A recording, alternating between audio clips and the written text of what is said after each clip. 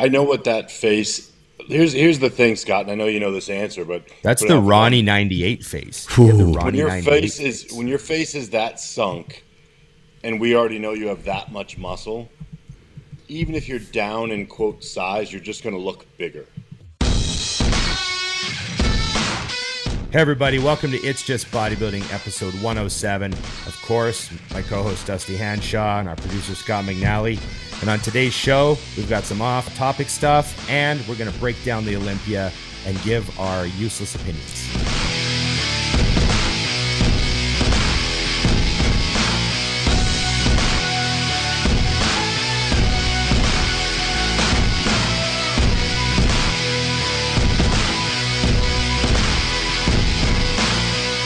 Dusty, we're going to do it early this time and get it right. Like, yes. Share, subscribe, you did it. Comment, ring the bell. Dusty, good job, Dusty. There you go. I feel like I can hang up as soon as I've done that. Like I've done my impact. It's what I have to really bring to the show, because I just don't know that your guys' bell ringing swing is quite perfect. But you know, I was listening to some Public Enemy the other day. Ooh, good man. And Chuck D was dropping like a heavy verse. And then Flavor Flav's, yeah, boy. And that was his entire contribution to the whole. But you needed that half of the song. You needed it. Yeah. So there. That reminds me of remember that Saturday Night Live? I need more cowbell. Yeah. I'm gonna. Really explore the space. I just showed Nikki that clip. Because I said that one day, and she just looked at me like I had three heads, and I'm like, "You don't know that clip? Oh, we have to do this now." So there's a handful of comedy clips that I've like made people watch. Yeah, you know what I mean? I'm like, you haven't seen this? This is important. Like, you have to see this. And one of them is that skit with Christopher Walken. Like, people don't get that era of Saturday Night Live with Will Ferrell and that whole crew. That was like kind of the end of the best era of Saturday Night Live to me.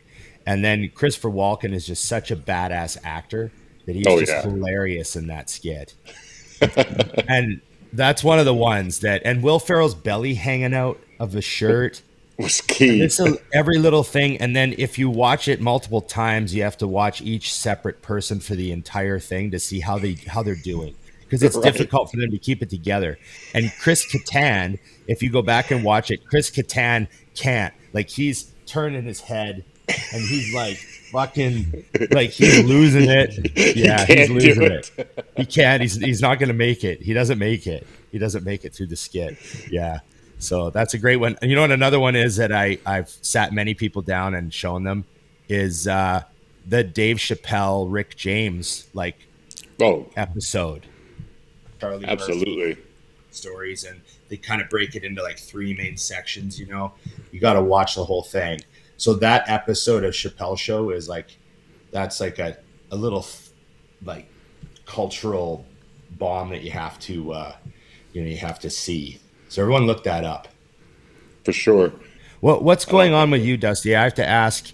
You're embarking on these personal improvement missions, and I'm curious. So yes, you started the Rob Bailey like mentorship group. What is it? I need to know. So he calls it Clear, Calculated, and Vicious, and basically, I guess that is the best way to look at it, like a mentorship type group. But really, what he's done so far is he's breaking down the steps he takes constantly when he's approaching like new goals and stuff. Because I kind of found, for lack of better description, that where I've gotten is just living the way I live. I just do things and they work and whatever. And I think that sometimes when you think of financial success or the kind of like outside success, I guess you'd call it, a lot of times you look and it's like, well, I'm already doing that. But to reach another level, I realized, all right, well, you can't kind of wing it to take it where I want it to go. But I find most people I don't consume a lot of content. And when Rob put out that he was going to do one, I vibed well with his style. So I was like, let me just see, because it was pennies to join. I want to say it was like $300 for the month. And I'm like, oh, well, if it's terrible, it's only $300. So, and we've done 2 so far. And really all what it has provided for me so far is just narrowing. Because the most simple process that I found that he asked for is like, what do you want? And that sounds really simple, but when you kind of have an excess, like if somebody asked me what I want, like I realized I was like, well, shit, I don't know. Like, I don't need anything. Right. Like, you know what I'm saying? Like when you have extra already and those types of things, plus I think mix that in with a near-death experience, what matters to you alters. And so I mean, it literally took me like 2 weeks to start narrowing down, like, shit, I don't know. Like, because as much as people want to do it, I've become less and less a materialistic person. So like when somebody's like, oh, would you like this car or that car? I'm like, no. Like, Right. you know what I'm saying? Like, even with money I have now, it's like, no, I just prefer that money is over here or being invested in things that make more money. You know what I mean? Like, so it really was difficult to kind of come up with, but he's helped do that. And then simultaneously, I decided once that got cruising, I realized like I need a little more structure right now because actually, truthfully, moving here and becoming involved in like kids' lives and stuff, I realized like I kind of lost focus on my stuff. Like I killing it on all the things I do every day, clients, business, stuff like that. But like personal stuff kind of faded in the background. And for the first time ever, it was kind of difficult. I mean, I would train and I would eat, but not with really any goal, you know. So I said, screw it. I started Andy Frisala's 75 Hard program, which is essentially get ready for a bodybuilding show without a show. Right. You know, so it's real basic. I'll skim over it for people. So all you got to do, 75 days, follow a diet. Doesn't have to be a diet to get lean, but a diet. No cheat meals, no alcohol. You got to do 2 45-minute workouts every single day, but one has to be outside. Then you've got to read 10 pages of a book, take 1 progress picture every day. You know, real basic. I might be missing something, but that's the gist of the whole thing. And literally Right. in like 2 days of just having forced structure again, plus working on what I'm doing with Rob's group, everything went, it literally feels like contest prep now. Like before you go to sleep, the night before, you like plan your whole day. And so coincidentally, like yesterday, I was done with all my clients, all my work, both workouts, everything at like 5 o'clock. And I'm like, Nice. well, shit, that made me organized as hell. Like, Right. you know, Right. so it's pretty fun. I'm enjoying it for sure. But it all is forcing me to, because what you're looking at is like 3-year plans, 10-year plans. So that's why I put it up yesterday. I think everyone could use something like that because it's not, you know, what it becomes depends on you, you know? So it's definitely been an enjoyable tweak, but I have to admit in a bad way, it also made me realize like, all right, a guy who doesn't care to compete probably is going to do it one more time just because I really like pain. Like I missed prepping. Like as soon as I had to do cardio yesterday and didn't want to, I'm like, oh, I miss doing something I don't want to do. Right. That's funny. That's funny that you put it that way. I miss doing something I don't want to do. It's you know, it's pretty awesome when, you know, you pretty much enjoy everything that you do all the time, you know? Yep. And but there is something about that one thing that you have to like grind out. You know what I mean? Yeah. Like you wonder how much it contributes to your overall sort of, I don't know, mental health as well. Like having that one thing, you know? Yeah, that's You're like, exactly how I fuck. look at it. When you're doing it, like literally 10 minutes into doing it, you're like, for a cheesy word, but it's empowering. You're like, yeah, fuck you. Yeah, it's because stuff that you enjoy doing, like you could work 12 hours a day and it not require discipline Yeah. because it's fun. Like, let's say you get lucky and you're working 12 hours a day and you're just having a blast the whole time. There's no discipline required, Yeah. right? So I think, you know, it's good to always have that thing you're challenging yourself with so that you can like practice your discipline. And discipline really is stuff you don't want to do. That's what it boils down to. I mean, stuff that's super fun and awesome and doesn't even, you know, tire you out mentally or physically. I mean, that's easy. So it's good to have something you're like, oh, fuck, you know? Yeah. Well, you know what's cool about it that a lot of people don't realize is part of so doing it outside is part of the issue. Because, for example, like today, it's raining. Right. Well, obviously, in any other time in my life, I'd be like, oh, well, I'll just go do cardio inside. Well, then you didn't execute. So literally, then you have to stay. Okay, I didn't do the thing today. Which, if you're truly planning on completing it, anything you miss, even one day, you start over. So you'd be on day 70 of 75. If you don't do something, you fail. You're done. You can start over, or you can quit. You just put a rain jacket on and just go do your cardio. There you go. Yeah. Yeah. Or whatever. And it doesn't have to be like, it can be any sort of outside exercise. But of course, for us, if I just walk, I just get on the street and crank it out. But, you know, I like that portion because, again, that's that empowering thing where any other time, what the human nature is to make everything easy. How do I make this easy? Yeah. You know, so, and it's something that, you know, we push this to our clients all the time. Like, the day that you don't want to train and you make yourself go and all of a sudden it clicks into a nasty workout becomes that workout you remember.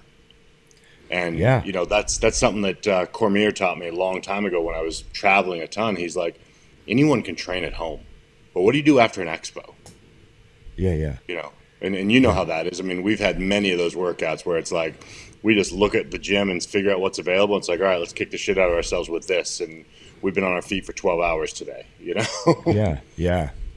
It's funny. You're talking about doing cardio outside, and I'm having these vivid memories of my place in Edmonton because I used to do my nighttime cardio when I got home from the bar. Right. So I would get home at like 3 a.m, like Thursday, Friday, Saturday. I would have 30 minutes of cardio left. I'd get home at 3 a.m. I'd just go upstairs, change, right back out the front door, and do the lap around the park that I did that took 30 minutes. Right. And I just do it because it was all street lights and stuff. So I just walk the lap at like fucking 3:30 in the morning, 4 in the morning. And if it was blasting rain, I would just put on I had this muscular development windbreaker. Nice. And I just put that on because it was waterproof and just pull the hood up and pull the little zip. Yep. And it hung down almost to my knees because it was like a 5XL. It was this crazy giant rain tarp I had. And I would just fucking walk in that. Yep. And I did that a whole bunch of times. Yeah. So did you find though when you were doing that, like, no, you're wrong. Oh, it was awesome. It's like you get an extra level of like I used to always think to myself in prep and stuff, if I was doing something really hard, I'd be like, no one else is doing this shit. Yeah, I do. Oh yeah, you do all that. That's what you tell yourself the whole time, and it's really actually I used to have a lot of fun doing it. I'd have my music just cranked, you know. Yep. And and I used to really love that late sort of, you know, the witching hour cardio. You know what I mean? For sure. Like who's up at 4 a.m. out in the rain, you know? So, well, I want to get a property. I know that we've been talking about this for so long, and I don't know if you remember that I almost bought that fourplex right before COVID. Yeah, I do. Yeah, Aceto was like, I was talking to Aceto and I showed him everything, and he's like, this is a crazy deal. Like, this is good. And then there was some bidding war, and I thought I was going to get it, and then at the last second I got outbid, and I was like, fuck, I lost it. And then, bam, the very first lockdown hit. And they were talking about tenants not having to pay rent and landlords getting stuck with mortgages and and I was like, whoa, okay, I'm just going to like go sit in my condo for the next year and a half and then wait for the pandemic to fucking clear. You lucked out. Right. And that was actually like really good bad luck. You know what I mean? Like, because you don't want your very first rental property to be a fourplex that you can't fucking get anyone to pay you rent on. Yep. We could always move in. Worst case, you move in, lose your condo, and now you just need to fill 3 spots. Yeah, just brutal.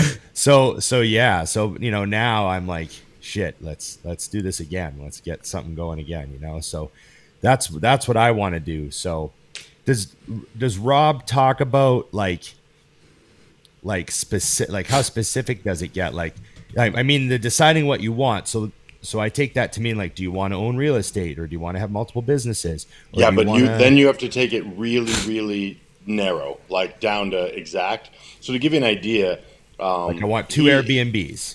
He's extremely exact, including his own numbers and his own businesses out in the open in the group. So it's including his Airbnbs, things like that. It's literally like an open book situation, where he's just putting out a ton. And of course, me being me, what I loved is I did the math real quick, and I'm like, cool. Well, he made $100,000 this month off of this group because there's 326 members or whatever it is. All paid him $300, and it's something where, you know, when you're getting value, like it's gonna basically be like a 6-week thing, and it'll just start over. Right. But the thing is, if you're smart, in my opinion, and you're doing well with it, well, I'm just not ever going to stop paying us $300. Like, I don't care. And I still get value. You know what I mean? You're staying locked into it. It's also kind of giving me some ideas, even for clients and things. It's like, maybe I should have something like this that's free, but for my clients, to where we can just have these powwows, because not everyone is wired mentally crazy on their own. You know what I'm saying? Right. So, but no, it's definitely, I would, let me put it this way, Ron. I would absolutely tell you when he reopens it again to do it. Yeah. I was just going to say, so you just get, I just get put on a waiting list, and then you get the email when it starts again, or what? No, he's going to just post it up again. He figured it, you know, around a month and a half, he will just put it back open again, and he just posts it up. There's a link to it. It has a web page. And then once you're in there, like currently we're in a Facebook group that's private, and that's where all of it's happening. But he's going to end up putting it on his own platform probably in the next month or so, because obviously being at Facebook's whim is never a smart decision. Yeah. You know, Long term. They have all the power, especially like today, Dusty, when it goes down. Hey, we couldn't even communicate, right, Scott? Right. I don't know what the fuck we're going to do. We have all these Instagram questions, and Instagram's down. So I'm like, motherfucker. I think we got a lot, though. I have some questions from one of our previous episodes from the last 5-minute crew. We had a request to you. I think I sent that to you. I think I took a screen cap of it. We were told, Dusty, that we wanted to hear more Ron stories. I agree 1,000,000%. I've always said that I feel like I could just get a subject, tell Ron, and then get out of the way. Yeah, just let him go. Just let him go. That's the whole podcast. When we go to dinner sometimes, this is the thing. So when we go to dinner, Scott, I will do that to Ron. And he without telling him. You don't tell him. And then he looks at me and he's like, you know? And I'm like, don't ask me. Fuck off. Keep going. What do I have to do with this? I got everybody excited, though, speaking of Facebook, at the advice or the Think Big Facebook group, because I said, you know, Ron at a young age moved all the way across not only the country, across the world to Australia. And I feel like he hasn't told us very many stories about moving to Australia to be a bodybuilder. I don't even know why he moved there, honestly. Oh, I do, but you should tell that story. I could tell a story. That would be a good one today. I'd like to hear that. I feel like I talked a lot about Australia on a lot of podcasts, but I guess it's been a while. But yeah, for those of you who don't know, so I was 19 and I was still living in my hometown, which was Grand Prairie, Alberta. I hadn't left yet. And I had this friend who he just like vanished from the gym for a year. You know, he was a guy I saw at the gym every day, and then I just didn't see him around. I was like, I wonder where BJ is. And then one day he just showed up again when I was 19. He's like back at the gym. And he looked like $1,000,000. Like he had a good tan and he was in great shape. And I was like, shit, where have you been? And he's like, I just went traveling. I wound up in Hong Kong and Thailand, and I did some modeling, and I did some movie acting, and I was in a Van Damme movie, and blah, blah, blah, blah. He just tell me all these crazy stories. And I was like, oh. And then the last thing he said, he just looked at me and goes, you got to get the fuck out of here. And I remember I just, you know, I was a bodybuilder. I was 19. I was 100% bodybuilding at that point. Like I was eat, sleep, train, work at the bar. Like hadn't thought about my future at all. I was like, whatever, I just want to get huge right now. and he goes, you can lift weights anywhere. He goes, there's bodybuilders everywhere. And that's like literally what he said to me. And I was like, oh. And then I was like, fuck, maybe I should take off and go see what this is all about.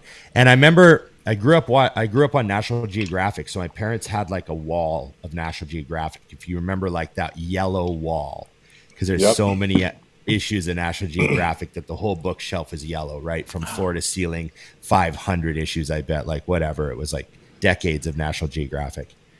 And there was this one issue that had like piqued my attention a few years earlier, and it was all about Australia, the whole issue.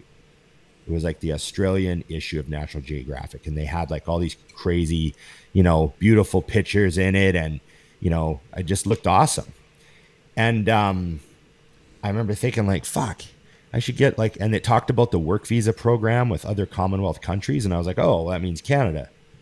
And I was like, so it's super easy to get like a work visa there when you're young, like super easy. So I was like, oh, maybe I should just go to Australia for a year, right? Live on the beach, find a gym, work out. I could get a job at a bar or whatever, and just fucking, enjoy myself while I'm young and just train. I can still train and eat. I don't care if I eat tuna and oatmeal, So that was what I did. I just got a working holiday visa, sold my truck, fucking gone, and just wound up in Australia. And I remember I told you guys this story before. I asked the guy at the Backpackers where to go, and he sent me to Archer's gym. And I went down there and I walked in and I was like, oh man, like this is just, it was all juice heads, like the whole fucking gym. It was just home. Yeah. Yeah, it was this like little, like probably 4,000, 3,000 square foot gym, just jam packed with equipment. Like things were tight. Like you had to like turn sideways between like machines and stuff. I like that. And, the whole front wall was open. It was just bars. So the sea breeze came right off the ocean and just went right through the gym because the back wall was open too. So it was just like, they don't even have windows that close on some of those buildings. They just have like vented, like glass, you know what I mean? And so it was just, if it was fucking hot and humid, it was hot and humid, and the guy that owned it was a welder, I think. And there was like welding shop down below, so he like made most of the equipment. Anyways, that's how I remember it.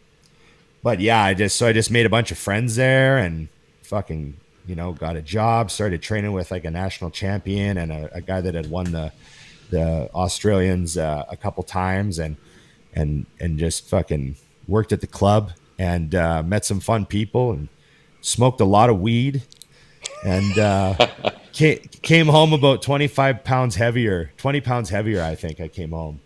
So it was a good year. That was the first year I was there. So I was there for 2 years, but they were separate. So yeah, it was just a good time. But I always tell everyone who's young, I'm like, fuck, get a passport and do something. You know, like you don't want to be 40 and not having had gone anywhere, because then at that point, like it's too hard to get away sometimes, right? No, I think that's great advice, because too, it's so easy to stay in your comfort zone and think that that's the right decision. That was part of the reason after I got sick that I left Scottsdale, was just like, this is too easy. And I've got the city rigged, and I just felt like, you know what, maybe I'm wrong, but if I, let me go try something way different and see what happens. And of course, I immediately was like, I wonder how many weeks it'll take me to have this city rigged. It was like 6. Right. Settled in. Literally, it's something that I think you nailed, because I feel like everyone follows the rules. Like, okay, finish high school, go straight to college. I have no fucking idea what you're going to do while you're there, but go there and start wasting your parents' money immediately. And another thing that I think traveling is good for is, well, if you're aware, is it forces you to, well, when you go live somewhere, it forces you to re-network. Oh yeah. And that's like an important skill. Like that's basically you're practicing your networking. You're just redoing all the basic stuff. But, some people don't know how to network and establish like relationships like that, like, oh, you're going to be my plumber. I'm going to give you all my business. Yep. And then you're going to give me, your business. And, you know, like when you have like, and those relationships add up when you live somewhere.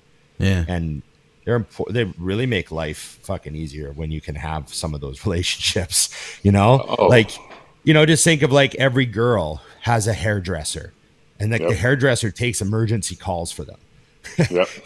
You know, like, you know, the girls that have like their hairdresser on like speed dial, and they'll like fucking get them in, you know, like you need to have those types of connections for whoever your people are, you know. And I feel like eventually you create that thing too, where it got to the point in Arizona that people would call me for anything because they knew I had someone. Like he'll know someone or know someone that knows someone. So let me just call him and see who I should be talking to. Yeah, it's good to have that amount of networking, though. You know, lots of opportunities hidden in there if you can recognize them, and lots of benefit to those people too. If you like, you know, exchanging your little, you know, benefits or whatever. You know, you put certain people on your speed dial, and they put you on their speed dial, and it's mutually beneficial. Absolutely. So yeah, it's a good skill, man. It's a good skill. I have had, how many times have you moved, Dusty? Oh, I moved a ton. Let's see. Probably like 8 or 9. Yeah, like where you really lived somewhere. Yeah. Like so cities you lived in. 1, 2, 3, 4, 5, 6, 7. Oh, wow. 9 times. Different cities. Yeah, different states, cities, yeah. What about you, Scott?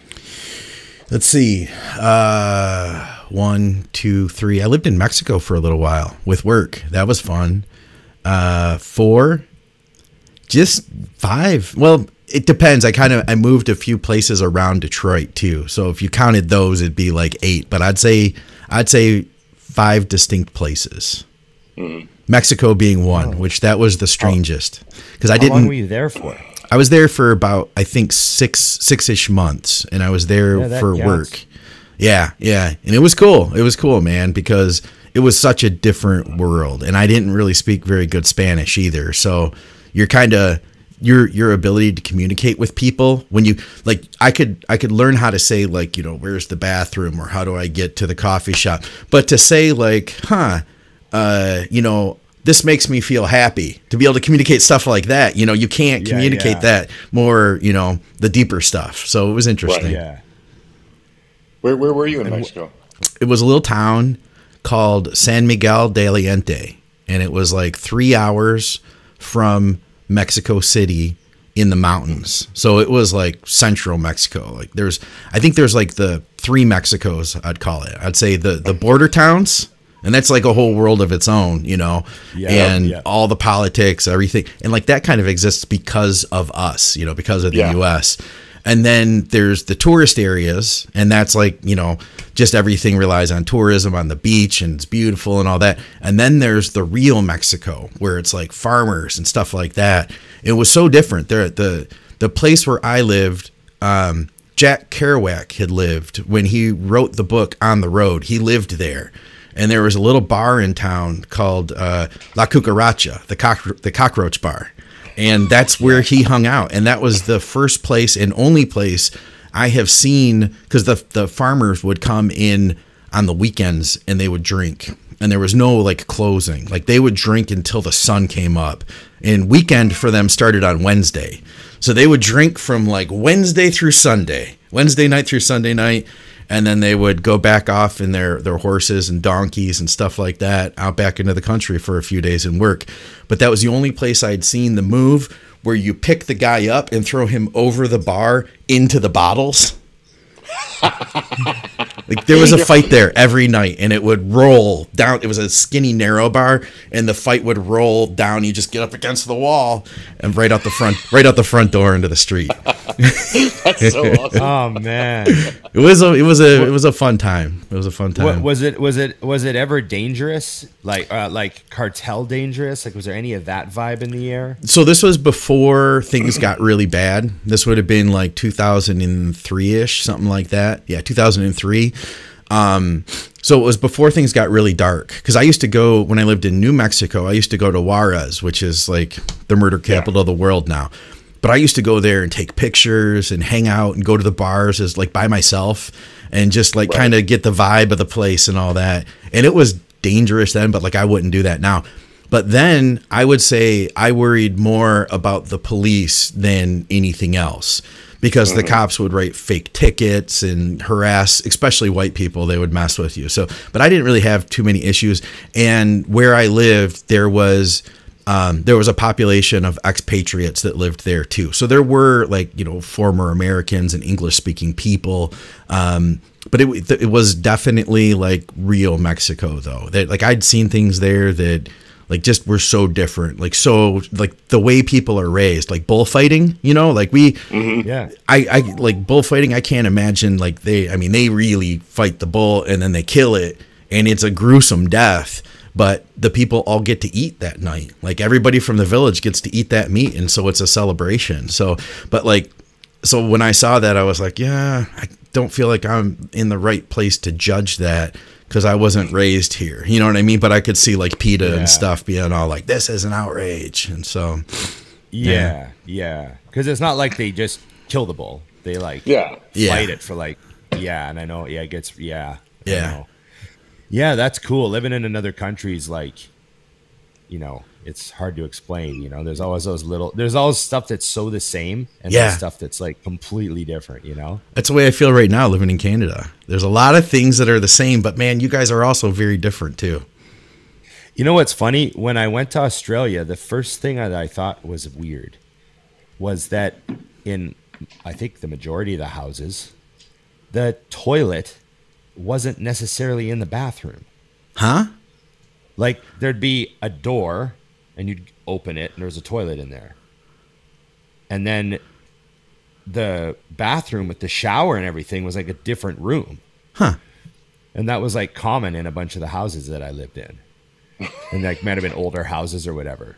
But you know what I mean? Like it's just kind of like funny, you know, I guess maybe it makes living with people easier, because you don't, if you're in the shower for 20 minutes, you can still use the toilet, I guess. But you know what I mean? I just noticed that. It was just something, because, you know, in North America, it's just, you just have a bathroom and it's all in there. Yeah. Was there a sink where the toilet was? See, yeah, that's another thing too. Because, you know, my hand washing brain is going, I got to touch the handle and then touch a bunch of things to get to. Yeah. Well, I lived in a pretty old house at one point. It was built in like, I don't even know, like the 30s or 20s or something. Mm-hmm. And it was like this giant wooden 6-bedroom house. And it was like, I swear the whole thing was tilting. And that was just such a wild house to live in, you know? It was, I remember there was 6 bedrooms. So there were 6 people living in it at all times. Right. And there was one guy, I think, who had his name on the lease, and everyone else was just paying him rent. Yeah. And people would move in and out without the other people in the house knowing there'd been a change that day. You know what I mean? So like, you could like literally, I moved in today. Yeah, like, because really the guy who had the good bedroom and his name on the lease, he's the only guy that needed to know. Right. So, like, I remember I came home one time and there's this dude sitting on the couch eating cereal. I was like, oh, hey. And he's like, hey, man, I just moved in today. I'm a buddy of so-and-so's. I'm like, oh, yeah. Okay, cool. Yeah, I'm a bodybuilder. I live downstairs. This is my protein. Don't touch my food. It's all good. Yeah. You know, but you wind up, like, living with, like, you're living with random fucking people. But the house was humongous. Like, you know. It was a giant 6-bedroom old beach house with big, huge rooms in it. So it was kind of just a crazy trip to live there. But I remember I lived there for like 4 months. I was in that house and I took off. Like I left. I'm like, hey guys, it's been great. I got to go. I'm going to Sydney or something. And I went and traveled for a bit, went to Melbourne for a few weeks and all that stuff. And then I remember I came back to the Gold Coast and I got off the Greyhound bus with my bag. And I literally thought, well, am I going to walk to the Backpackers or the hotel or whatever? Or am I going to just walk like 5 blocks that way to my old house and see if there's a room? Right. So I just walked to the old house. I still had a key, unlocked the front door, walked in, went and looked in my old bedroom, and there was nothing in it, just a bed. And I was like, fuck yeah, there's no one in this room. And I just threw my bag on the bed and went upstairs and like made a meal. And I'm back. And I remember this one guy that lived with us, Tony. He was like a surfer, stoner guy that worked at the movie store. Like he was a character out of a fucking TV show. Right. Just Tony, like just bongs all day, worked at the video store, surfed. That was it. And Tony comes upstairs and he looks at me and goes, Ronnie.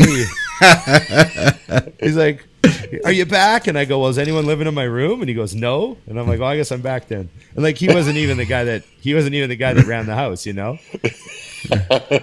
And then I remember the guy that ran the house, like got up the next day and I'm like, hey man.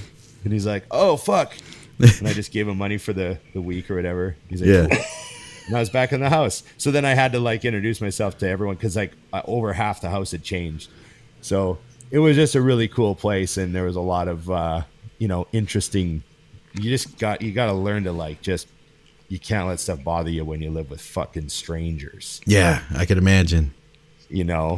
But the good thing is most of them hardly ate anything.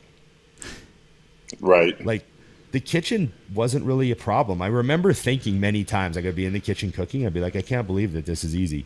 Yeah, you'd think you'd be battling for space. Well, yeah, if you live with 6 bodybuilders, can you imagine? True Nutrition has supported our programming now for a number of years, and I'm super grateful for it because they believe in us and I believe in them. I'm sure you guys have heard of Dante Trudell. We talk about him on the shows.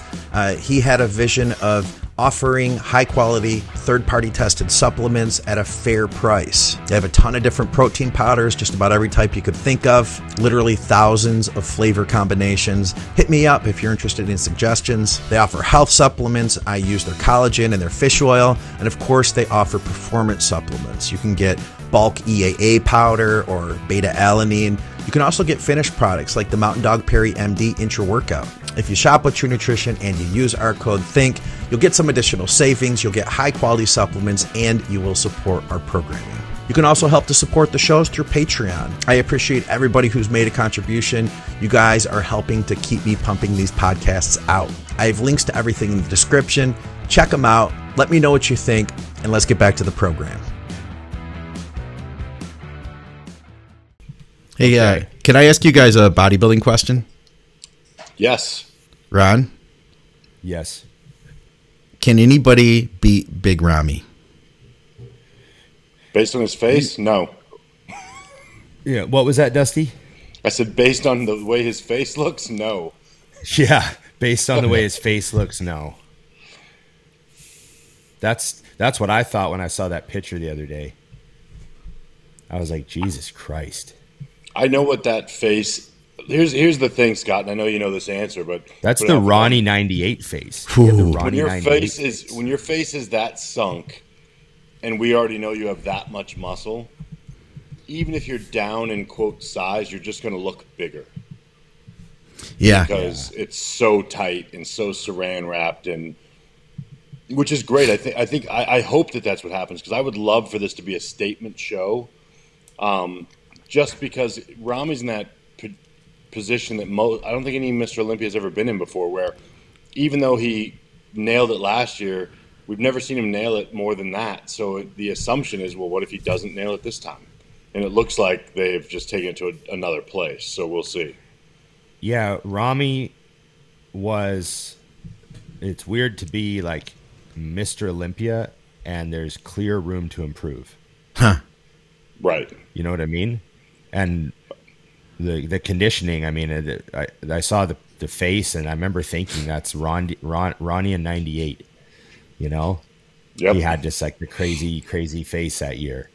And I don't know. I think that if there's any point Chad wants to make, it's that one. Mm-hmm. Because he knows that Hottie won't be bigger. Right. Yeah.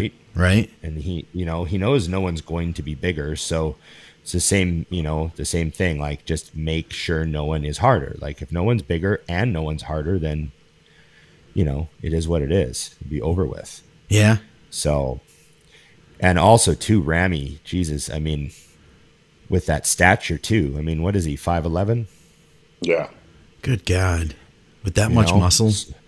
Yeah. So I'm really excited. You know, it's going to be a hell of a show. We should do, since we've got such a perfectly planned show with so many questions we cannot see. I think we should do predictions for the Olympia. Okay. Because this will go out a few days before it happens, and we will see where we land here. So what do you guys think? I think we're gonna see Ramy win. I think he's gonna be quite the sight. I think Hottie is still, to me, probably. I think Hottie might be the biggest threat to him. I just have that feeling. So I'm sort of thinking maybe Hottie winds up in second. How tall is Hottie? 5'6", 5'7", okay, maybe. That's what I thought. Yeah. I mean, where was he last year again? Blah, blah, blah. Yeah. Place? Yeah. Third? Fourth? No, we had Phil wound up in third, right? So he took fourth. Oh, that's right. Fourth, yeah. To think he was all the way down in fourth sounds crazy to me, to look back at that. Yeah, I remember everyone saying he could have wound up second, or he should have, but it was But I remember his morning show score and night show score were pretty different, and that's why he wound up fourth. Phil's not there, right? And Brandon was second, right? Yes. Brandon was second. So, you know, I have maybe Brandon's in the top three as well with Hottie. I don't see the top three changing. This year, right? You know, then you have Nick, coming in hot, and I mean, you have to mention Nick now. He fucking earned it for sure. I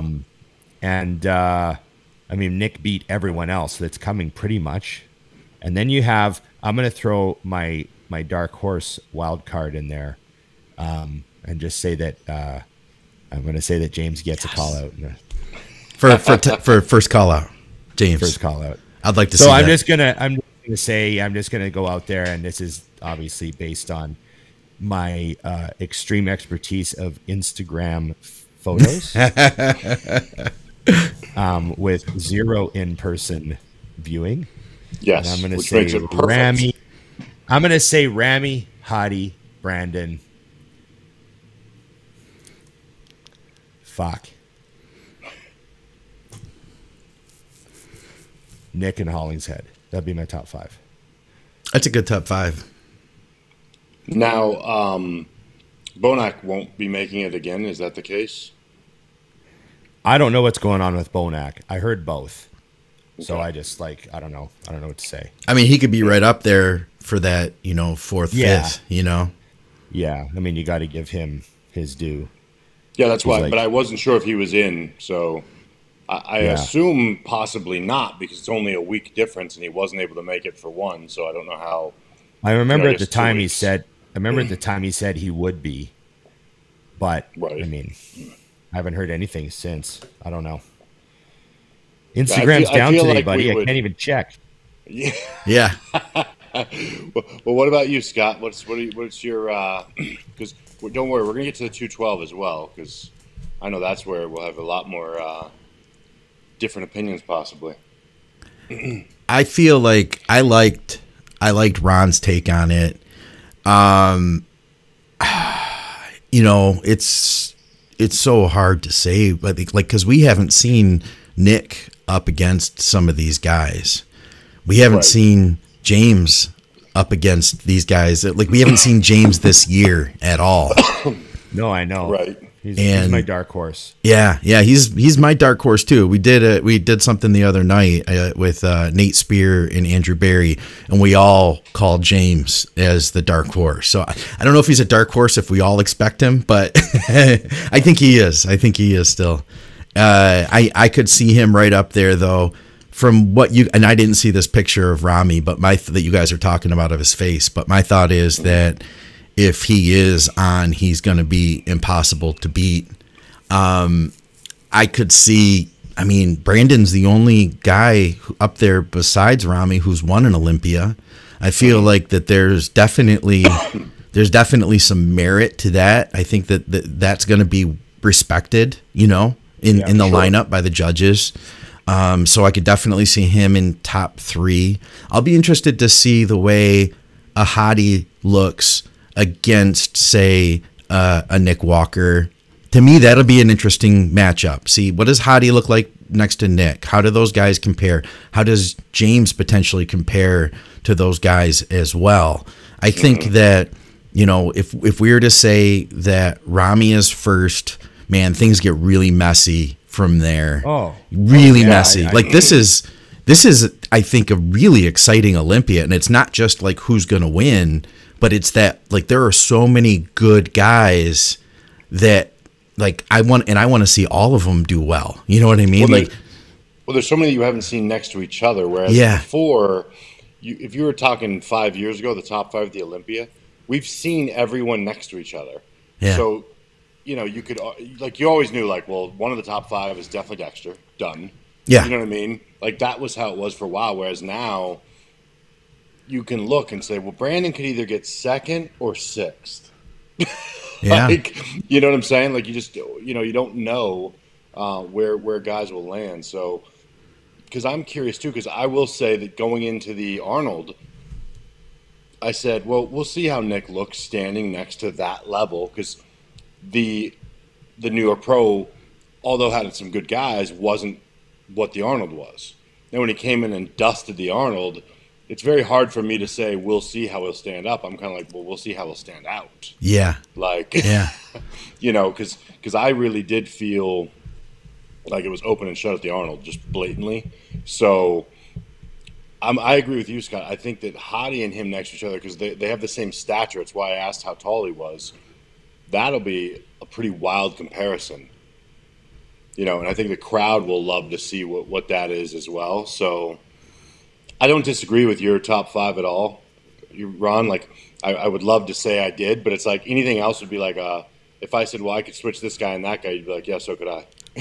Yeah. Like, you know what I mean? So it's not really impactful. What about the 212, though? I think that's where things are exciting. I'm going to pull that up. I got to see this. Yeah, pull that up. I'll find out what you guys are talking. Cool. So I think you got Clarita returning to defend. Yep. You got Kamal. Kamal still firmly believes he can win another one. Chris told me it's the best he's ever been. I talked to him today. Yeah, Chris messaged me the other day, and he said Kamal will win. No kidding. And that was all he said. He just said Kamal will win. And I was like, which makes okay. it And I sent him back. I sent him back a text, and I said something about Instagram filters. I can't remember.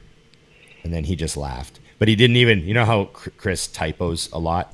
So his LOL was LLOL. I just laughed. I mean, that's so Chris. Doesn't even do LOL right. Sometimes you have to decode his messages. So you got Clarita, Kamal, Derek Lunsford, who we all know is like, I still think that part of the problem is trying to make 212 for him. Right. And then you got like Keone. Yeah. You got George. Is it Keon? Keon? I don't know. Keon. Yeah. Keon. Yeah. You got Keon, George. You got some, like, there's so many good guys, Ahmad's coming back. Nathan Epler, that guy looks awesome. John Jewett, obviously. I mean, there's a lot of great bodybuilders doing this 212. It's going to be quite a shit show, much like the Open. Yeah, being in the top 10 this year of the 212 is much like being in the top 5 before. Yeah. Like, you could have played, like a guy like John Jewett, who's placed, 4th at his best at the Olympia, in this lineup could place 7th and think and could be better than he was when he placed 4th. You know what I mean? Yeah. Yeah. What do you think happens with Lunsford? I think he wins. Yeah? And the only reason is because, and I think that's a little bit of the fan in me of of bodybuilding, not even of him directly. Now you want to see guys hit what they're capable of. Right. Of course, yeah. I have felt like Derek proved that he was loyal to a fault to his coach. For years, they missed and missed and missed. And you're right, Ron. It could very well be that he just can't make that weight. So he might miss this year. But if he does, then he has the black and white proof that he needs to move up.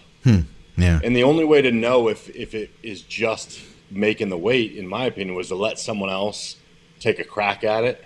And I think Hani's a great choice for that. So we'll see. But I do feel like if his body's capable of maintaining its symmetry, and I know it's a funny word for guys as big as him, but his symmetry to make that weight, then I just have a hard time imagining anyone could beat him. Because if you looked at him at his biggest and look at all of them at their biggest and best, whatever number that is, his is frightening in comparison, you know? Yeah. I know it's, and I'm such a fan of Clarita. Of course. You know, and not just of Clarita, but of Clarita's physique too. Like, obviously I've always been a huge fan of Sean himself, but, but the physique is like, I mean, last year he won, Right. Yeah. Like he won. Like, I looked at the video, I looked at the photos, and I was like, I think he's better. Like, he deserved it 100%. I thought he beat Kamal and won the 212. Of course, Lunsford was like a huge disappointment at that show. Yep. And wasn't he third? Yeah. I can't I remember. would like to be that disappointing one day. You know? At anything in life. But to me, you got Clarita returning. You got Chris texting me saying Kamal will win. Yep. That says a lot. And then you got Derek Lunsford, that is like the mystery card, because, I mean, you know, he's not going to be standing on the turf at MI40. Or guest posing by himself at 240. Yeah, you know what I mean? It's going to be 212, sucked right down, and we'll just see what happens. You know what? If anyone can do it, Hadi can figure it out. Yeah. 100. I feel like for Lunsford to be his best, he has to, I mean, okay, let me rephrase that. Could he be his best pulled down to 212? I feel like there's a bigger question mark there than, I think Sean Clarita even had a little bit more room on the scale. Oh, for sure. Lots of room. So if he had lots of room and he's going into this with the momentum of having won last year, we could see an even better Clarita then. Oh, that would be better Clarita. So that's going to be dangerous, you know. I don't think that you're going to. That's the nice thing when you get a guy like Clarita, where that is what he's done every year. Yeah. He's always on, and he's always better. So he'll definitely be better. And I think the only thing that he has an advantage with is Clarita can come in where he looks best. I guarantee you that even if Derek comes in and looks amazing at 212, he was better at 225. Yeah, exactly. Yeah. Exactly. Yeah. So is Lunsford's like overly sucked down 85% better than Clarita's 100%? That's what I'm saying. Absolutely. And that's hard to, I mean, it is truthfully hard to imagine when you do it that way. The only reason I say it's feasible is I have seen some guys do it. I mean, Jose was that way. He was peeled out of his head at 225. Yeah. I mean, glutes and the whole bit. And then he'd come down and it looked the same. You know what I mean? Just harder. So I guess what it is, like I said, you're going to see Lunsford should either win or move up. Like, if he doesn't nail it this year, then if anyone in his camp should tell him, go up. Because at 225, you're going to be hard to beat in the open. Yeah. You know? And then and he carries it so well. You know, some guys, they fill up their frame and you're like, he lost it when he kept getting bigger. Like, he doesn't need to get bigger. He can just come and peeled at the size he is now with no weight distraction, and it's nuts. I mean, we've all coached. I know you've done this, Ron. I mean, I had a guy come in one show and he was looking so good for a regional show that he was like, should we pull down? And I was like, nah, it's just whatever you land at is what you're going to land at. I want to win the whole show. Like, I don't care. And he won the heavyweights at 199 and the overall. Yeah. Crazy. Yeah. You know, so it can be like, so point being is like a guy like Lunsford, maybe only 8 pounds above 220-ish. Yeah. He slays guys that are 250. Yeah. You know, so we'll see. Yeah. But yeah, I think we're all kind of on the same page of we'll see with him, but I think if it can be done, Hani could do it. Yeah. Now, classic. Oh shit. I think classic is going to be a bunch of guys fighting for second to fifth viciously. And I think everyone's going to be looking at Chris going, ah, fuck. No one else looks like that. No one else looks like that. Like, yeah, it's difficult when you like, when a division is created to, you know, push and promote a very specific type of physique, and then one guy comes along that has like the exact perfect look that everyone loves about that division. Yeah. And you're just like, well, fuck. Like, and then he keeps getting better. Well, didn't he? He had like, I think they said last year, 10 pounds to give. You're on kidding. the scale. Yeah. So it's like, I mean, think about how big a number that is. A few like 10 pounds. pounds with his frame. He's not built like a refrigerator like me. Like 10 pounds looks like 30. Like he's super deceiving. Like, I said this many times when Chris was at my gym. I said to him, like, I'm very good at guessing body weights. Like, people come up to me all the time and they start talking to me. And I'm like, what are you, 205? And they're like, yeah, I'm 205.5. And I'm like, yeah. Or they'll come up to me and go, talking to me. I'm like, what do you weigh, 250? And they're like, yeah, 251. Like, I am fucking great at it. I just have a knack for it. I'm rarely wrong, or I'm rarely even off by more than a few pounds. Like, and with Chris, I looked at him, like I sized him up, and I watched him do a few sets. He was deadlifting, and I go, "You got to be 275." And he's like, "No, bro, I'm 252." Yeah, and your brain's like, it can't be. And I was like, yeah, like for me to be off by over 20 pounds on a guy who's got the same height of frame as me, which I should really know. Yeah. Like that's my expertise. This is what I do. Yeah. Like I guess guys, I nail them at 230. Yep. You know? And then I'm like, you must be 275. And he's like, no, I'm 252. And I was like, he's like, I can't go to 275, man. I never get down. Yeah. That's the other thing that must be terrible for a guy like him is to know that you could blow up too easily. Like, he has to watch it while also improving drastically. Yeah, I agree with you, Ron, that, like, for me, and I hope that that's what does happen. And, I mean, obviously, you know I love a ton of the guys in the division. But there's something about the way that he's carrying the division that I don't want to see change. Yeah, well, he's the Jay Cutler of Classic. Agreed. Like, you know, likability, marketability, reputation, you know, being nice to fans, you know, being, you know, just all that sort of stuff. Like, he's kind of like really he's on that path, you know what I mean? Did you guys see when he was you probably knew about it, Ron, when he was in Vancouver and they were selling his posters, so he decided to personally deliver a bunch of them? Yeah. So that was Mike, so genius. Like watching people's faces when they open the door and Chris Bumstead's like, I brought your poster of me. Yeah.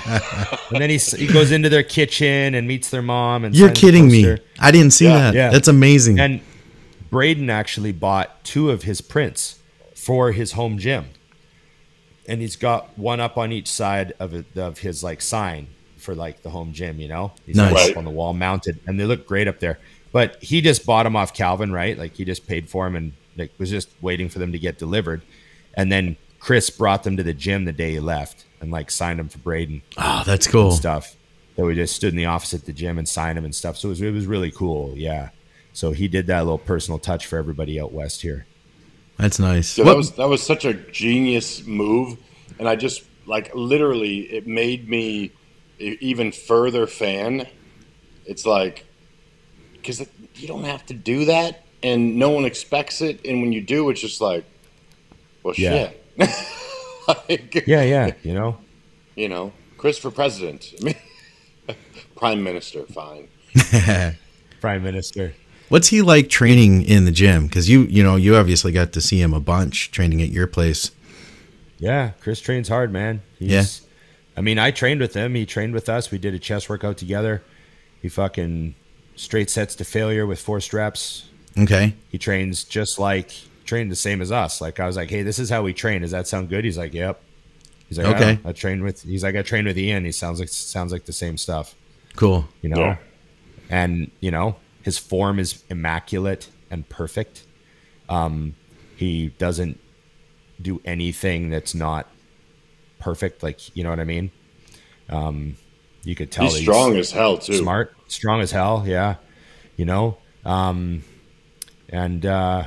Just, same style workout. We just went real hard on chest, and I think we did chest and biceps. I can't remember. And, it was good, pounded it out. Easy to train with, good spotter. Boom, boom, boom. Doesn't fucking, he's got his headphones on, like he's not like wasting time and stuff. He'll stop and talk to a fan, he's like a nice guy. But like, as far as just the training goes, it was just like you and me, same way we train, boom, boom, So, what I found was I was starting to search Instagram when it still worked, and I found yesterday a lot of really good guys. Now, only one that obviously Terrence does not apply to this because he's nuts, and he's my absolute solid pick for second. I think it's a shit show after second, to be honest with you. Yeah, me too. But for example, oh shit, Robert, is it Robert Timms? Is that the guy from Arizona? Oh, shit, I think that's his name.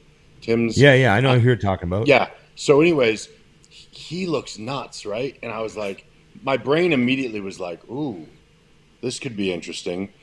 And so I started scrolling his pictures because he's amazing. Let me say that before I finish the sentence. And then I saw some shots from the back, and I go, "Oh, Chris wins." Like it was like a light switch. As soon as and it's not his back, his legs get thin from the back, and Chris is thin from nowhere.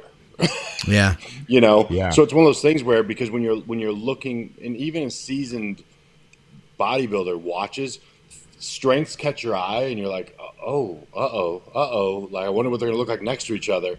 And then you see the thing, and you're like, that's going to be exploited terribly. If he got called out with like Terrence and Chris, it would become immediate first, second. And that's crazy when you look at that guy's physique because he is amazing. Like, I like picking apart guys that are phenomenal just because it really makes you realize how good the best of the best of the best are. Yeah. Because you're like, if somebody said, well, what is Bumstead's weakness? I'd be like, I heard he's growing a mullet.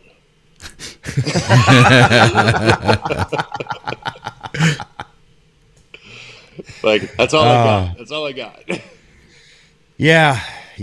I think he's a pretty, and you don't ever want to say lock. A lot happens. A lot can happen. Anything can happen. But but I'd say he's the, it's difficult. I'd say he's more. Is he more likely to win than Ramy? No, I'm going to say no because I like Terrence that much.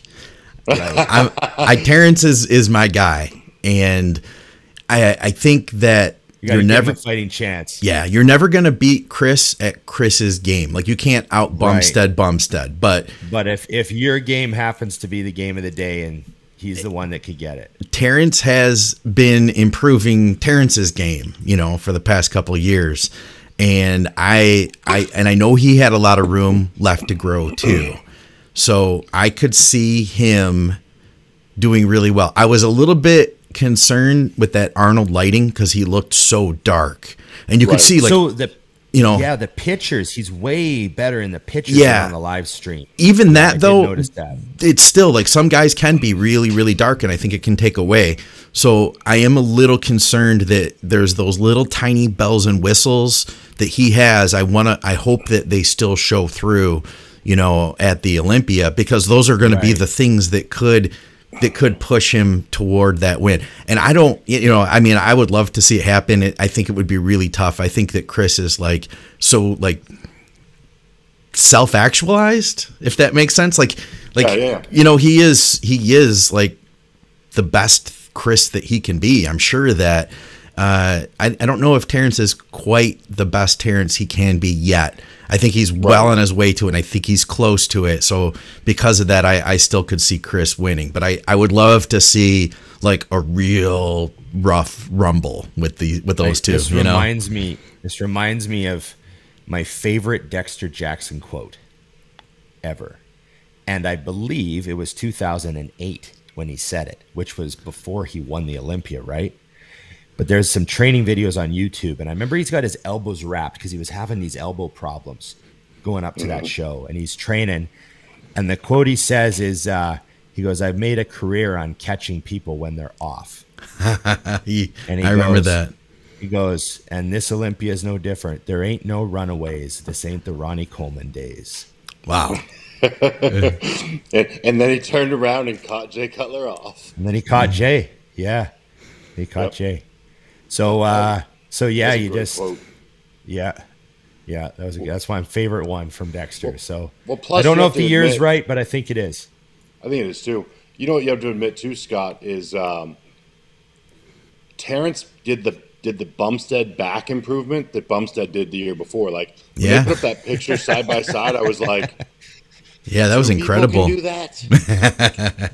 Yeah, I thought only one person could ever do that, but two in the same, because Terrence at the Arnold embarrasses Terrence at last year's Olympia. Yeah, yeah. So that's saying a ton. One thing I will say. Here's what I will say is the guy, the Brion in my eyes, isn't even in my thought process with those two anymore. And I've seen him recent, and he looks phenomenal, but he's not them. Like, I feel like Terrence did a little bump over him at the Olympia, and then he just separated it. Now he's I feel like he's focused on Chris and nothing else. And Chris is focused on Chris. Yeah. Because that's one thing I do like about him, and you guys know from knowing him, is Chris does not think it's in the bag at all. That's a great place to be. Yeah, no, he's fighting for his life every day, and I think that's the magic. The moment you get comfortable in life, we all know this, you're screwed, because the guy in second. That's what Jay said. Yeah, is constantly thinking about you, and bringing you down. That's why Jay was so good when he was chasing Ronnie. Yeah, Jay even said that the reason he lost the Olympia was because he got a little complacent. He thought, "Oh, I'm Mr. Olympia now." Right. And then he said the second he lost, he was like, "Oh shit!" And he just realized that his mindset had been wrong. And he's like, "I just got caught. Fuck," Right. So you just got to avoid that. That's all you got to do. Just avoid that. Easy. Stay champion forever. Easy. Said from three guys that have never been champions. Or hey, define close. Champion, Dusty. Don't be harsh. That's true. I did win a spelling bee once. Right. Not true. I'm a terrible speller. Yes. I have a gold medal in Taekwondo from when I was 14. That's gold. Yes. Don't belittle my accomplishments.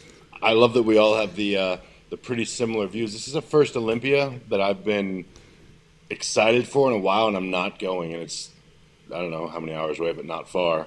But not going. So here's my Olympia problem. We are promoting a show that day. You're kidding. We planned it, we booked it, we scheduled it, and then they moved the Olympia. And we're like, well, too bad. I mean, can't move the show now, you know what I mean? So we're just going ahead with it. So I'm actually going to be wearing a suit, and I'm going to be emceeing the show. while the Olympia is on. The Bob Chick of Canada. He is, actually. That's a fact. So I'm going to have my phone. I'll have the live stream on my phone down on the podium there. Yeah. So let's see what's going on. And then I'll give the crowd live updates. You know what I mean? Be like, first call out just happened at the O. And they'll love it. Yeah, we'll see. They just put Hottie. They just put Hottie in the top 3 call out. I'll just announce stuff. You know, a bunch of soccer moms that are there to watch their kids' first show are like, "What is he talking about?" Yeah, they just swapped Ian and Kluko. Yeah, you know, just start saying stuff while other guys are on stage, fucking doing their posing routines, just right over top during the routine. Did you see though? The guy hits the front double and he goes, "Really?" Yeah. Damn. He's locked into it too. No, I know. Do you have another YouTube question there, Scott? I got a couple of them, yeah. All right. That was the Dusty thing. I just did the Dusty thing. I went the way he always says, yeah, I got another one. And then he goes, I would say sounds. Sound effects are key to my life. All right, here we go. So what's a better idea, to get a meal prep company or to hire a coach if you're on a budget? That's so easy. I'll let someone else answer it. I don't like. God bless the business, and I've used them when they're handy, but I don't get how hard it is to prep your food. Thank you. It's so easy to prep your food. Like, how fucking lazy are you? Turn on a pot of rice. Put 12 chicken breasts on a grill for 4 minutes aside, and you're done. I don't know. Well, plus, I got to toss in, if you're on a budget, then why are you offering someone else 4 times the money to make your food? Because it's asinine. Like, I have guys that will reach out, and I remember, obviously, being $8.25 an hour in bodybuilding, and people are like, I can't afford it. And I'm like, what are you talking about? Like, I can tell you right now, in 2021, where you can get chicken breast for $2 a pound, and that you can buy 20 pounds of jasmine rice for like nothing. Yeah. Like you can bodybuild on like 4 foods. Egg whites, be good to go. Tuna fish. So here's the thing with meal prep companies. If somebody's like, they're great. They're great for a lot of reasons. Like if someone is spending $25 at lunch every fucking day, and they want to save a bunch of money, they could get their lunch meal prepped. Yeah. Right? And they just get like maybe 1 or 2 meals a day, and then they have their other meals at home, and they're still saving money because now they don't eat out all the time. So it's still an improvement, and they're eating better, blah, blah, blah. There's lots of like fantastic reasons to use a meal prep company. But if you're a bodybuilder on a budget, why would you pay someone to cook chicken and rice for you? I mean, it just blows my mind. Like, you get someone to help you with the training and the nutrition and whatever else you need to know. You know, that's how I see it.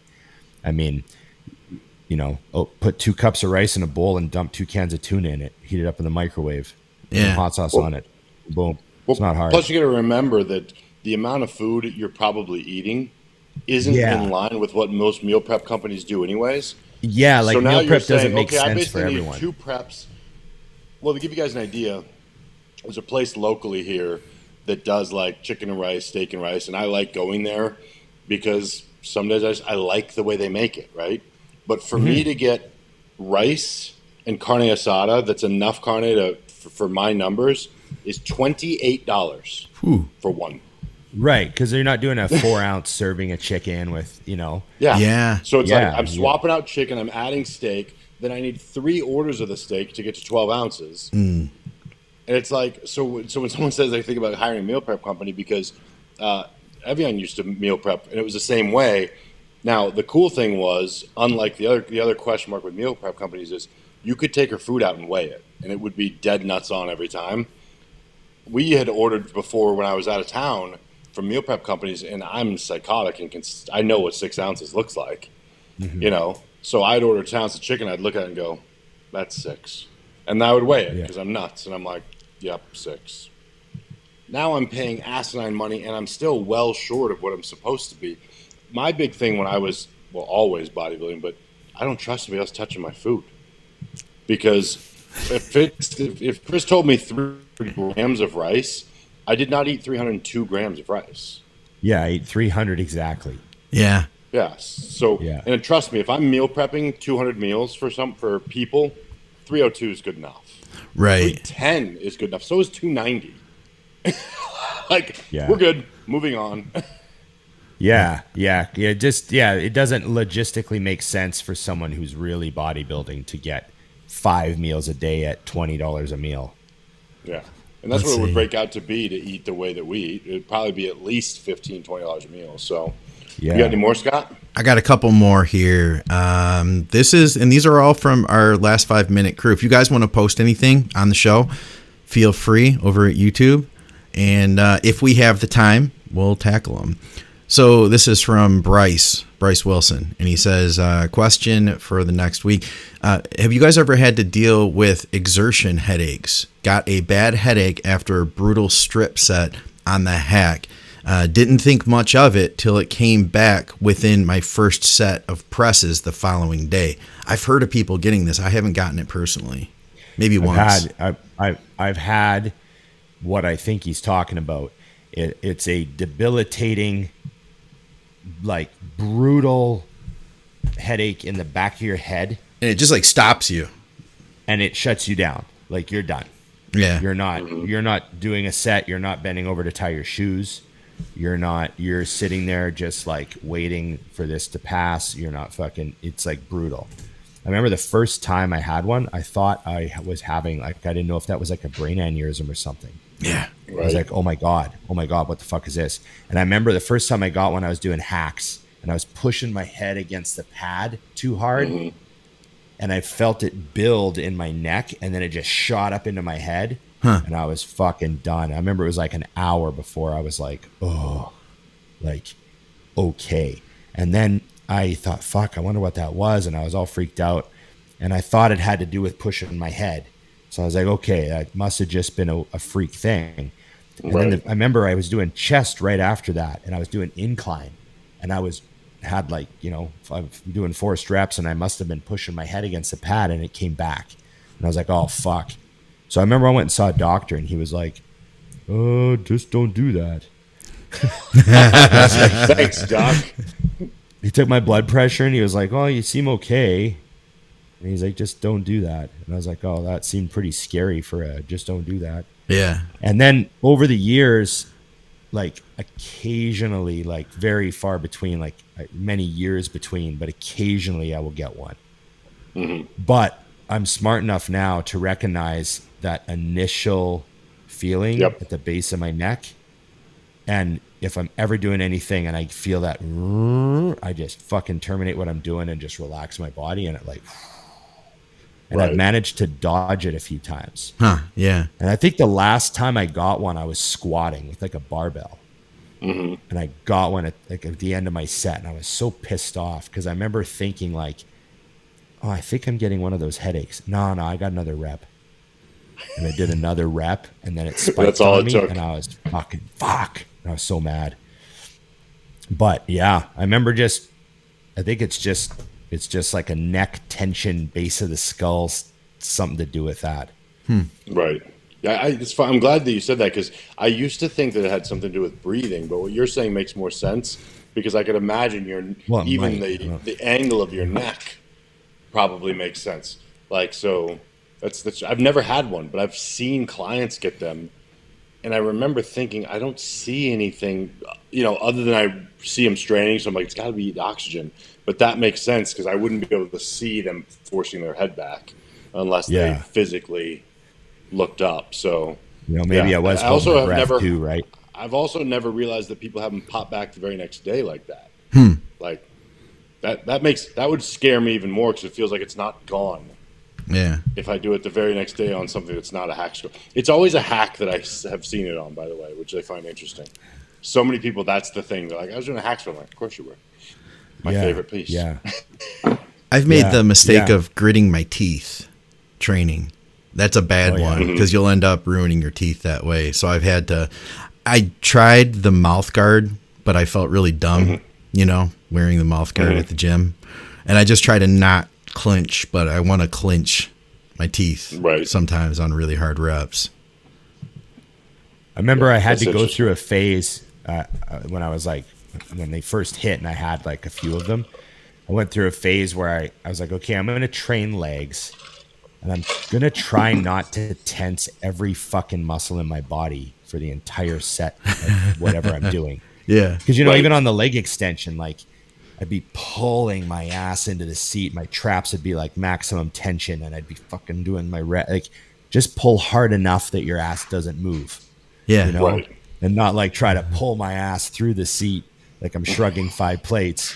You know, trying to become a little bit more like economical with my energy expenditure.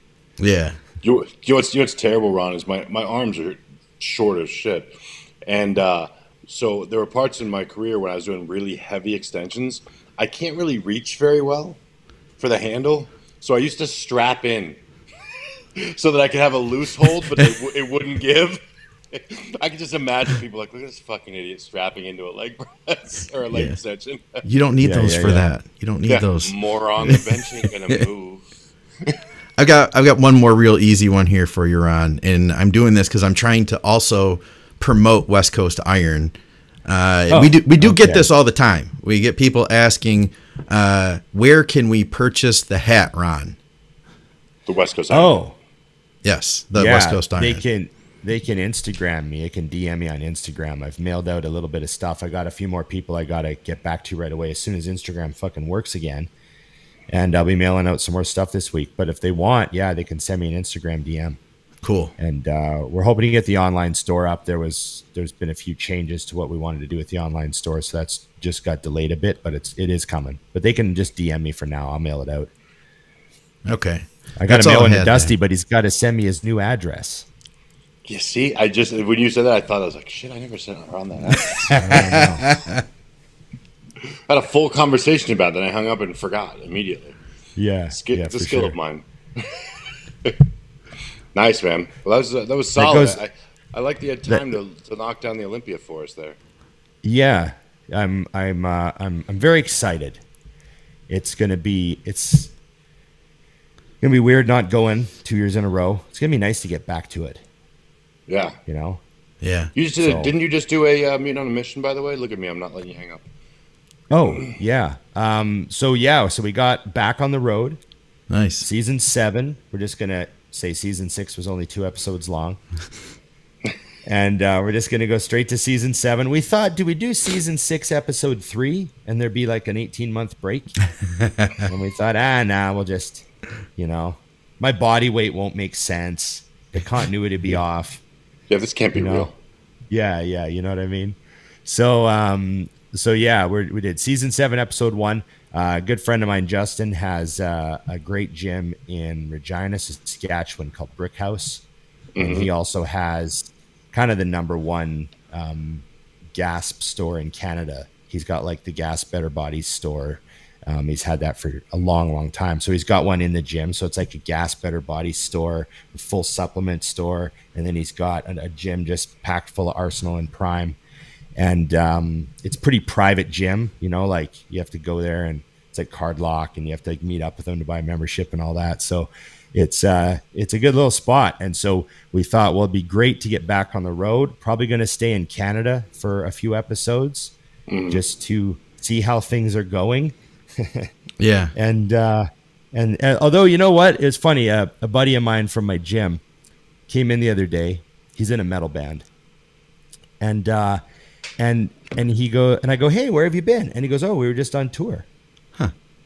And I'm like, oh, really? And he's like, yeah, all across the States. No kidding. They'd like, whatever they played, 20, 30 stops. And he's like, yeah, they're just fucking cranking out concerts down there. Who the fuck? Yeah, we have 0 fucks left down here. I'm sure, you've noticed college football. Well, we just have 90,000 people right all next to each other. Let's do this shit. Yeah. So it's good. It like made me feel good. I was like, oh, a Canadian who just did 30 stops across the States and came back with no hassles. That's really good news, Yeah. So I'm hoping that we're doing that soon, Dusty. Well, you got to remember, too, for you, Ron, as much as you need to get back to the gym, you only know a few hundred people. So if you were stuck here for a week or so, you could just pick up the phone and be like, hey, I'm coming over to like 100 people. They'd be like, okay. Yeah. See you soon. Go anywhere. I'm looking forward to it. I'm looking forward to it. I'm looking forward to, you know what one of my favorite on-the-road things is, Dusty? What's really this? makes you feel loved. Is when, you know, a loyal fan comes up to the booth and gives you some weed. There's just nothing makes a guy feel warmer than some person comes up and goes, hey, how's it going, man? Good to see you. Hey, by the way, here. Nice. Nice. You're like, by the way, you're my favorite fan of the day. Yeah, it's one of the things I miss the most about traveling, buddy. Oh, yes. Those are definitely good times. They know that you're in need. You're in a foreign place. Or they bring you a teriyaki beef and rice bowl at the booth. Ooh, yeah. You know, it's funny that you just said that because no veggies. Sasan posted up a picture from, I don't know, 2014 or 15, Body Power, and he and his wife brought me my favorite Starbucks when they came in that day. And it was funny because I saw the picture. I was going to repost it. I go, oh, I remember you guys brought me my coffee. He's like, yeah, I've been addicted to him since. So poor guy's got a $3 a day habit because of me. That's, you know, it's dangerous, Dusty. It's dangerous to bring you a coffee. What do you drink again? A quad espresso with 2 Splendas and a stevia? How close trying is to that? make me healthy? 4 Splenda, 2 sweet and low. I'm going direct cancer. 4 Splenda, 2 sweet. Okay. But I got the quad espresso right. Well, you know what's funny is like half the Starbucks don't even carry sweet and low anymore because no one else will have it. It's like apparently terrible for you. Huh. And I'm like, I use Trent. It's fine. Yeah. So here's the dangerous part about bringing Dusty a coffee is you bring him a quad espresso, which is what? There's about 80 milligrams per shot. So that's 8 times 4. So it's about a 300 milligram, 320 milligram coffee. What are the odds that you haven't already just had one? Well, the good news is I'm drinking it either way. It's a long fucking day. Because it's like I could. It's like if you have a friend who, who, oh, thank you. Yeah, Double fisting. It's like if you have a friend who's like a total cokehead, you don't give him cocaine. He's already had cocaine very recently. But you know what the thing is he would still be very grateful if you brought him cocaine. Not in his best interest. And put this Red Bull can down. This is amateur hour right here. This goes back to your sleeping disorders. It all comes full circle. Oh, I think we're breaking up. I gotta go. Okay, well, we'll end it there. Thanks, everybody. I hope you enjoyed our Olympia rundown, where we don't quite get to all the people we want to talk about, and we leave a bunch of our friends out, and then we realize after that we didn't talk about them, and then I worry we're going to get hate mail. It's a cycle. That's a lot of assuming that our friends actually watch our show, so they don't. We're good. Yeah, you know Well, assuming that no one except sees for the Hollingshead, and all of them keep tagging us when they do watch it, and I'm like, ah, shit. Yeah, our friends do watch our show. Well, you know, you know, it'd be nice if Hollingshead sees this one and hears all the sweet things we said about him, you know. But I assume he's got other things to do this week. What would that be? Well, I don't know. Got to eat some carbs, probably. Yeah. Okay. Back to human. Okay. Like, share, subscribe, comment. I'm not even saying anymore. I'm just. Ring the bell. If you're watching, if you're listening to the show, understand that I rang the bell. Scott can give a sound effect from now on. Ding. Okay, thanks guys. We'll see you next week, and we'll talk about what went down and how right we were, and if any titles change hands at all. Could be exciting. It's a valid point. We'll see. Like it could be a 3-peat repeat. Like. It could be the Triple Crown repeat for all three. I didn't even think about that. That's wild. And we didn't mention Missy. Oh, yeah, we didn't mention. Well, Missy's gonna win. Okay. So there's that. There's that. Missy's gonna win. Missy's gonna win an Olympia. There you go. Glad we got that out of the way. I forgot. I thought that was a given. My bad. Missy could come out and do the same routine with the same suit. Yeah, I think that she's actually the most, honestly, like the one person that I'm like, well, yeah, I mean, she's gonna win. Yeah. Yeah, she's gonna win. Okay, well, we love you, Missy. You know, so that's all we got to say about that. Okay, everybody, thanks. Till next time, it's just bodybuilding.